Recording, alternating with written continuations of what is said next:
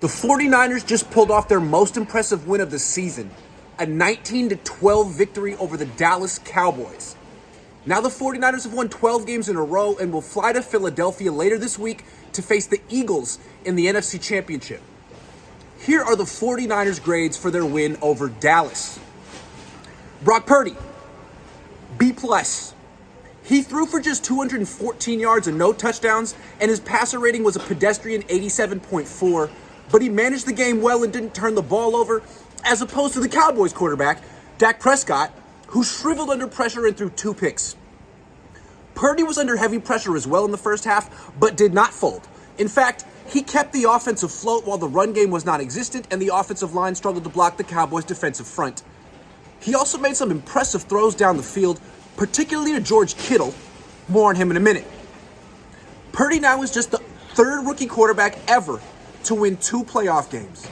The other 2 were Joe Flacco and Mark Sanchez. Running backs, C+. Christian McCaffrey scored a 2-yard rushing touchdown, but gained just 57 yards on 16 touches.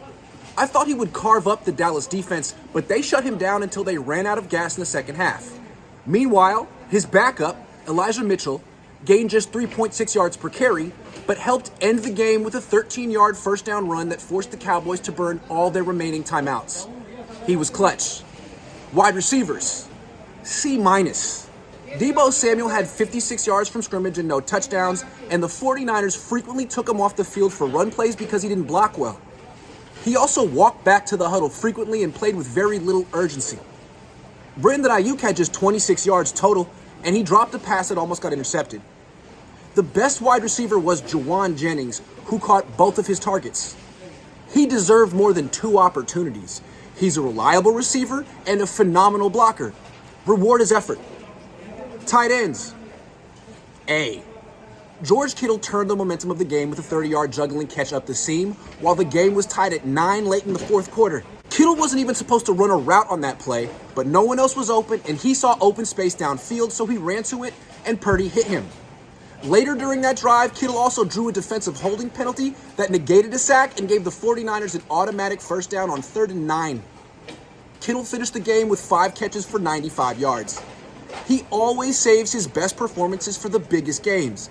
That's what you call competitive greatness. Offensive linemen, D. The Cowboys' defensive linemen dominated until they ran out of gas in the second half because they were playing with just 5 days of rest, and it was their 4th consecutive road game. Then they lost heart, and the 49ers offensive linemen pushed them around. But earlier in the game, the Cowboys' pass rush was getting to Purdy almost instantly. And on one play, Micah Parsons lifted Mike McGlinchey clear off the ground with one arm and threw him down on his back. Embarrassing moment for McGlinchey and one of the most impressive defensive efforts I've ever seen. Defensive linemen, B+. They let Dak Prescott scramble for positive yards 3 times and sacked him only once, but they generated consistent pressure, which is all they needed to do against Prescott because he's a freaking turnover machine. He seemed anxious all game despite the Cowboys mostly keeping Nick Bosa in check. Bosa recorded just 2 tackles and no sacks. Eric Armstead almost sacked Prescott in the end zone for a safety near the end of the game, but missed. Linebackers, A-. Dre Greenlaw committed a 15-yard late hit, something he does too frequently. He also gave up a 10-yard run to Prescott in the red zone and a touchdown catch to Dalton Schultz on the next play. Not a great game for Greenlaw. Fortunately for the 49ers, Fred Warner played his best game of the season. He recorded a team-high 9 tackles, plus a pass breakup, and an interception in the red zone that took points away from the Cowboys. That's also what you call competitive greatness. Defensive backs, A-. Diamador Lenore gave up a 46-yard catch to CeeDee Lamb, but also intercepted Prescott. Travarius Ward got beaten deep by Michael Gallup late in the 4th quarter, but Prescott missed the throw, meaning he let Ward off the hook.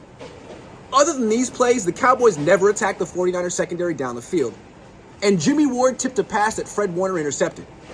Ward had a phenomenal game. He is the 49ers' best defensive back. Special teams, C.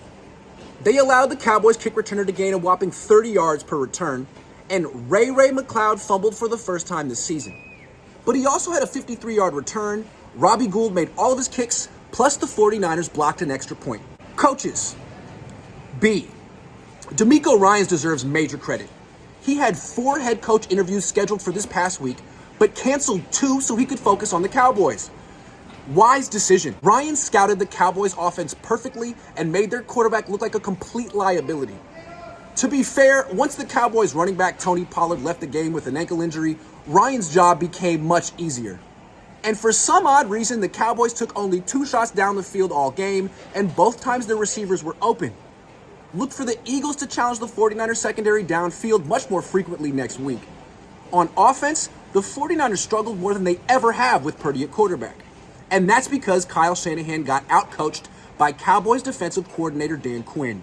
Remember, they coached together on the Falcons when Quinn was the head coach and Shanahan was the offensive coordinator. In the first half of this game, it seemed like Shanahan was overthinking things and trying to fool Quinn with exotic runs because Quinn knows his bread and butter so well. In the second half, it seemed like Shanahan finally realized his team is better than the Cowboys and he doesn't have to fool them to beat them. Also, the Cowboys completely ran out of gas in the second half. So while the Niners played well enough to beat Dallas, they did not play well enough to beat the Eagles, who they'll face next week in Philadelphia. The Eagles also will have an extra day to rest and prepare. Shanahan better bring his A game.